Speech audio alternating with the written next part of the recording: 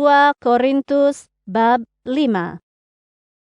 Kami tahu bahwa apabila kemah tempat kami tinggal di bumi ini roboh, Allah telah menyediakan tempat kediaman bagi kami di surga, yang tidak diperbuat oleh tangan manusia dan yang bersifat kekal. Dalam kemah yang kita diami kini, kita merintih dan merindui tempat tinggal kita di surga yang akan kita terima. Setelah kita menerimanya, kita tidaklah akan tinggal terdedah. Selagi kita masih mendiami kemah yang sekarang, kita merintih karena terbeban, karena kita tidak mahu terdedah. Kita ingin dilindungi oleh yang kekal, ingin agar yang fana digantikan dengan yang hidup.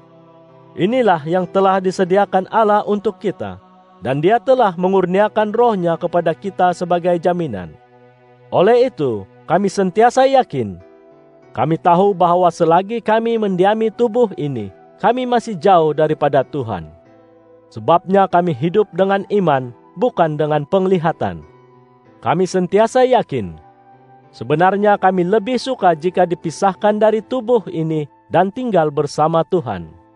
Dengan demikian, baik ketika masih mendiami tubuh ini maupun ketika dipisahkan darinya, kami berusaha supaya tetap diredainya. Kita semua akan dihadapkan ke pengadilan Kristus, dan setiap orang akan menerima balasan yang setimpal dengan perbuatan dalam hidupnya, baik ataupun jahat. Kami tahu apa yang dimaksudkan dengan takut kepada Tuhan. Oleh itu, kami berusaha meyakinkan orang. Allah mengenal kami dengan jelas, dan aku berharap dalam hati nuranimu, kamu juga mengenal kami dengan jelas. Kami bukanlah cuba memuji diri lagi di hadapanmu, tetapi kami memberimu alasan untuk berbangga dengan kami, supaya kamu dapat memberikan jawaban kepada mereka yang membanggakan hal-hal lahiriah dan bukan hal-hal batinnya. Sekiranya kami kelihatan seperti orang yang kehilangan akal, itu adalah demi kepentingan Allah. Jika kami kelihatan seperti orang yang berakal, itu adalah demi kepentinganmu. Kasih Kristus menguasai hidup kami, dan kami yakin bahwa apabila seseorang telah mati bagi semua orang, maka semua orang itu pun telah mati.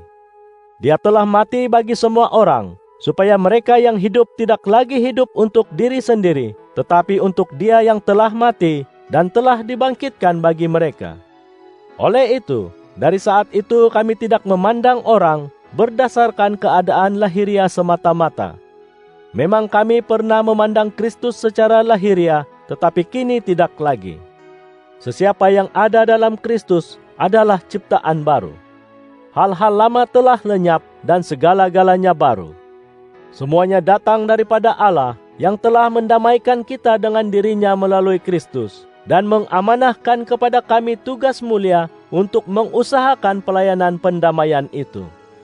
Dalam Kristus, Allah telah mendamaikan isi dunia ini dengan dirinya dan tidak lagi memperhitungkan kesalahan-kesalahan mereka.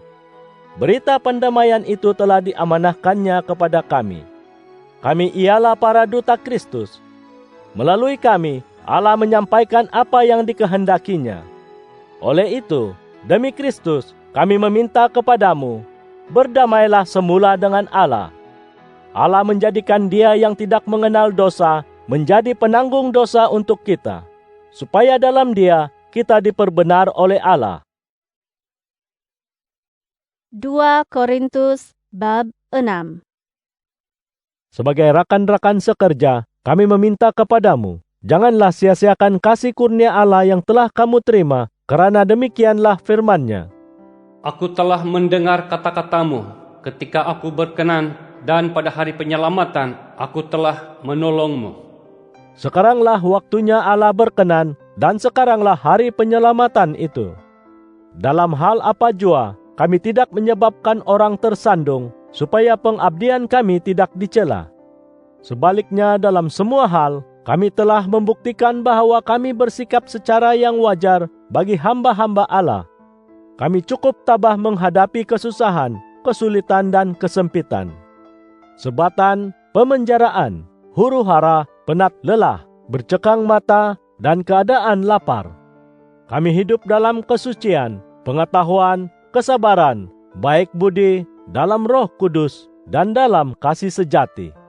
Kami menyampaikan kebenaran, dan hidup dalam kuasa Allah. Kami bersenjatakan perbenaran di tangan kanan dan kiri. Kami dimuliakan dan dihina, dikeji dan dipuji. Kami dipanggil penipu, sedangkan kami benar. Kami dianggap tidak dikenali, padahal terkenal. Kami disangka sudah hampir mati, tetapi ternyata masih hidup. Kami dibelasah, namun tidak dibunuh. Kami disedihkan, tetapi sentiasa gembira. Kami miskin, namun ramai yang kami perkaya. Kami tidak memiliki apa-apa, tetapi kami mempunyai segala-galanya. Wahai orang Korintus, kami telah bercakap terus terang kepadamu, hati kami terbuka luas. Kamu terbatas bukanlah oleh kami, tetapi oleh perasaanmu sendiri. Oleh itu, aku berkata seperti kepada anak-anak, bukalah hatimu, supaya antara kita saling berterus terang. Janganlah berpasangan dengan orang yang tidak beriman. Pasangan begitu tidak sepadan, karena adakah persamaan antara yang benar dengan yang derhaka? Dapatkah terang bersatu dengan gelap?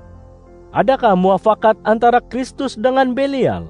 Adakah kesamaan antara orang yang beriman dengan orang yang tidak beriman? Apakah hubungannya antara bait Allah dengan berhala-berhala? Kita ialah bait Allah yang hidup, seperti dalam firman-Nya.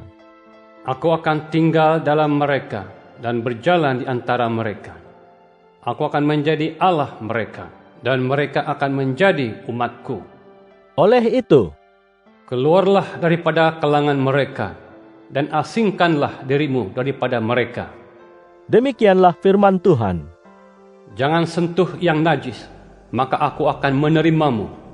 Aku akan menjadi bapamu, dan kamu, anak-anakku lelaki perempuan.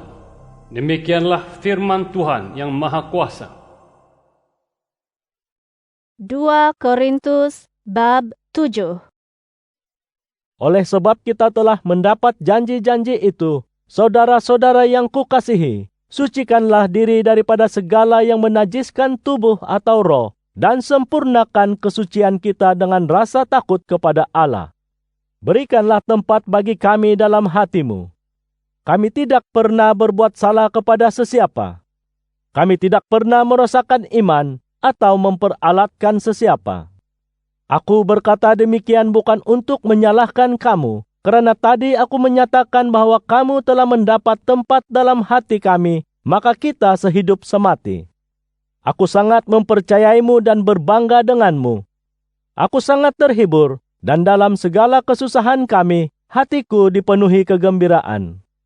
Setelah sampai di Makedonia, ternyata kami langsung tidak mengalami ketenangan dalam batin. Kami menanggung pelbagai kesusahan, persengketaan dari luar, dan ketakutan dalam diri sendiri. Tetapi Allah, yang menghibur orang yang putus asa, menghibur kami dengan kedatangan Titus. Bukan kedatangannya sahaja yang menghibur, malah juga penghiburan yang didapatinya keranamu. Dia bercerita kepada kami tentang kerinduanmu, penyesalanmu, dan kesungguhan semangatmu menyokongku, yang lebih menggembirakan lagi hatiku. Walaupun aku telah menyedihkanmu dengan surat yang kukirim, aku tidak menyesal. Pada suatu ketika memang aku menyesal, karena jelas sekali surat itu telah menyedihkanmu, biarpun untuk beberapa detik. Tetapi kini aku gembira, bukan karena kamu bersedih, tetapi karena kesedihanmu itu membawa taubat. Artinya, memanglah kamu bersedih, tetapi hal itu selaras dengan kehendak Allah, maka kami tidaklah merugikanmu. Kesedihan yang selaras dengan kehendak Allah membawa taubat dan penyelamatan, maka tidak harus disesali. Sebaliknya, kesedihan dari dunia ini membawa maut. Perhatikan bahwa kesedihanmu itu selaras dengan kehendak Allah. Betapa hebatnya yang dicetuskan dalam dirimu. Kesungguhan, keinginan membersihkan diri daripada tuduhan, kemarahan, ketakutan, kerinduan, semangat dan usaha menegakkan keadilan. Dari segala segi, kamu telah membuktikan dirimu suci dalam hal ini.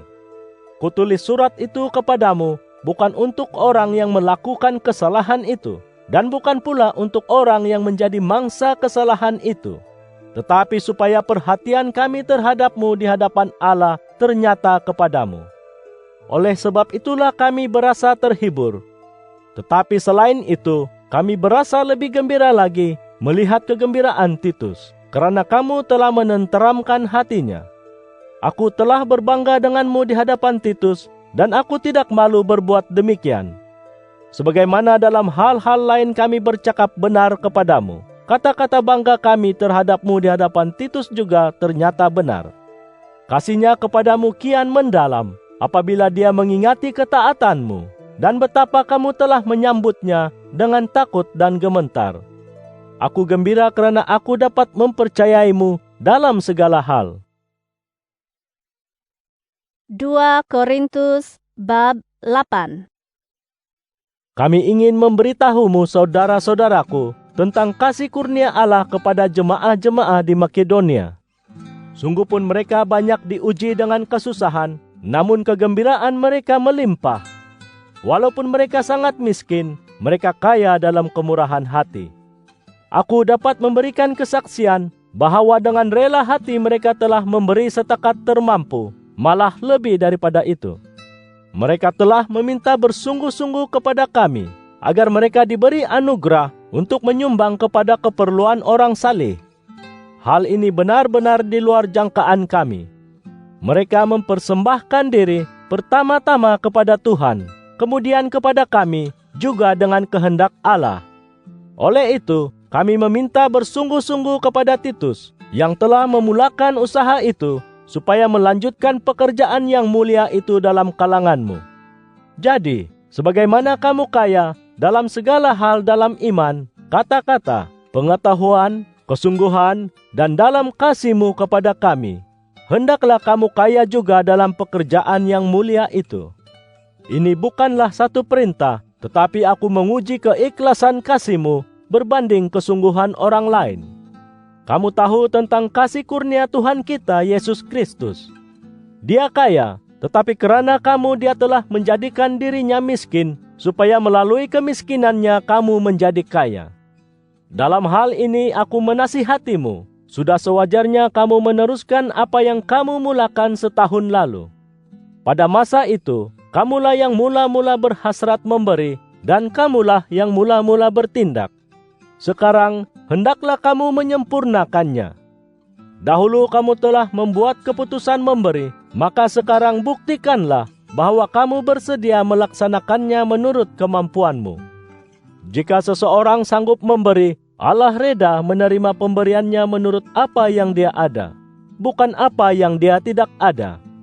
Maksudku bukanlah supaya orang lain dimudahkan, manakala kamu disusahkan, tetapi agar terdapat persamaan. Kini, kelebihanmu dapat menampung kekurangan mereka. Satu hari nanti, kelebihan mereka dapat menampung kekuranganmu pula, maka terdapatlah persamaan seperti yang telah tersurat. Orang yang memungut banyak tidak berlebihan, dan orang yang memungut sedikit tidak kekurangan. Segala puji dan syukur kepada Allah kerana telah meletakkan ke dalam hati Titus keprihatinan yang sama terhadapmu. Titus menerima permintaan kami, malah dengan kehendaknya sendiri pergi mengunjungimu. Kami mengutus seorang lagi saudara kita bagi menyertai Titus, seorang yang terpuji dalam kalangan semua jemaah kerana pelayanannya dalam hal-hal Injil. Malah dia juga telah dipilih oleh semua jemaah untuk menemani kami dalam perjalanan kami, yang bertujuan menyampaikan pemberian itu agar Tuhan dimuliakan dan kesediaanmu menolong menjadi nyata. Kami juga ingin mengelakkan daripada dicela berkaitan tindakan kami membawa pemberian yang begitu besar.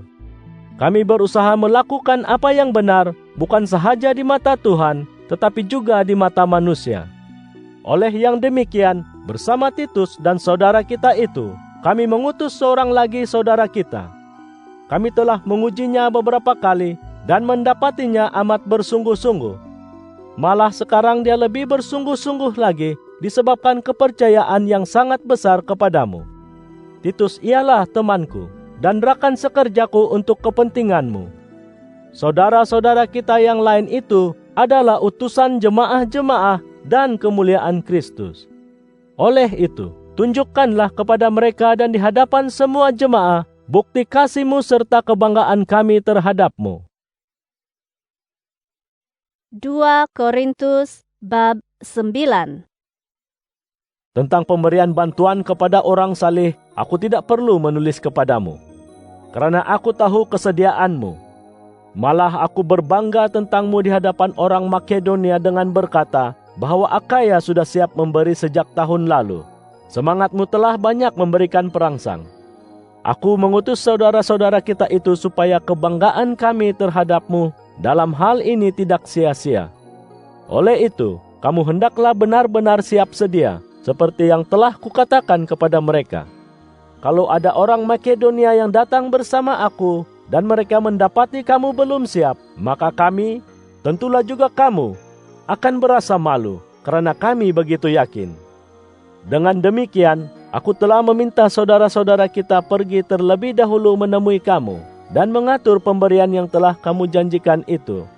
Biar pemberian itu terkumpul dari kemurahan hatimu, bukan karena terpaksa. Ingatlah firman ini, orang yang menyemai sedikit akan menuai sedikit, dan orang yang menyemai banyak akan menuai banyak.